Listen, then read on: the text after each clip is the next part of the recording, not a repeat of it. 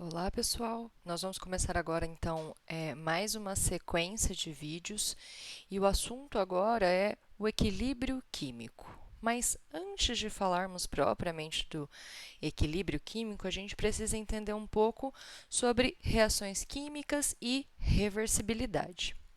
Alguns processos, sejam esses processos físicos ou químicos, eles podem ser revertidos, né? Como a gente chama, eles podem ser reversíveis. Um exemplo seria as mudanças de estado físico da água. Né? A água tanto pode passar do estado sólido para o líquido, quanto do estado líquido para o sólido.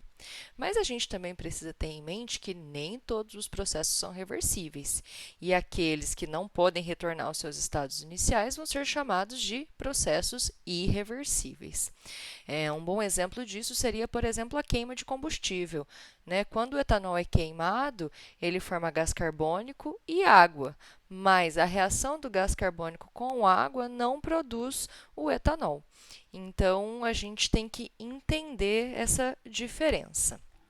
A reversibilidade, ela é característica de muitas reações químicas e vai estar sempre associada a condições como temperatura, pressão, concentração de reagentes, sendo que algumas reações químicas só serão reversíveis sob condições específicas.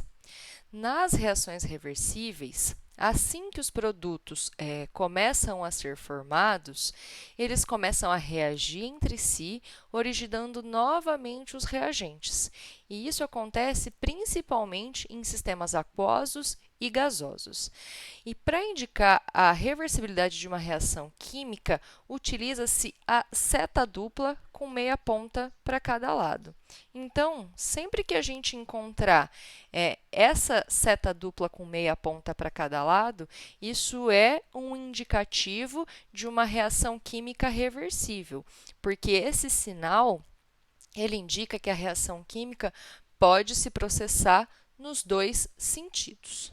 Então, em um equilíbrio químico, a gente vai ter duas reações químicas acontecendo, uma chamada de reação química direta e outra chamada de reação química inversa.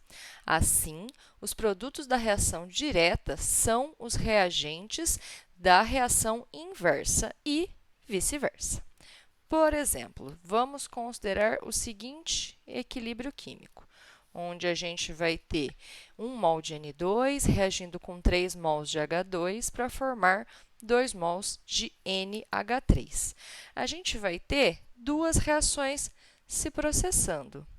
A chamada reação direta, onde o N2 está reagindo com o H2 para formar o NH3, e a reação inversa, onde o NH3 forma o N2 e o H2. E uma característica muito importante que a gente precisa ter em mente sobre reações químicas reversíveis é que a reação química ela não vai cessar. Ainda que quando a gente esteja observando a reação química e perceba-se que ela atingiu um estado em que as propriedades do sistema estão estáveis, como se não houvesse mais reação, essa reação continua acontecendo.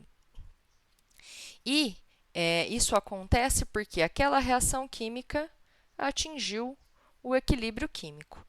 Ou seja, o que isso significa? Quando uma reação atinge o equilíbrio químico, isso significa que essa reação química está acontecendo nos dois sentidos, sentido direto e inverso, com a mesma intensidade, o que faz com que as propriedades do sistema fiquem estáveis. Então, o que a gente vai perceber quando a reação atinge o equilíbrio químico?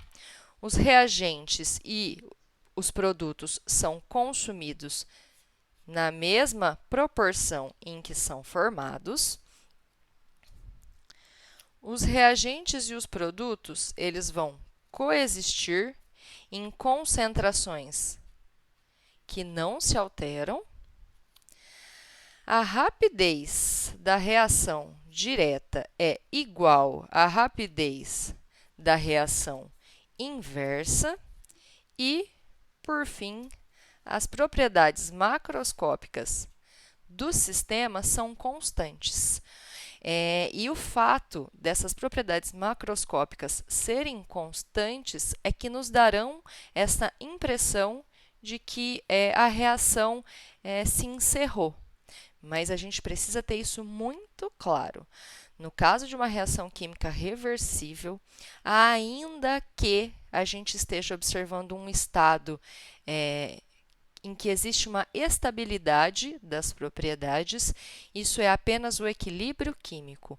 A reação continua acontecendo tanto no sentido inverso quanto no sentido direto, mas a rapidez dessas reações é igual e isso faz com que a gente não perceba mudanças no processo. Então, aqui a gente começa o assunto do equilíbrio químico e a gente continua no próximo vídeo.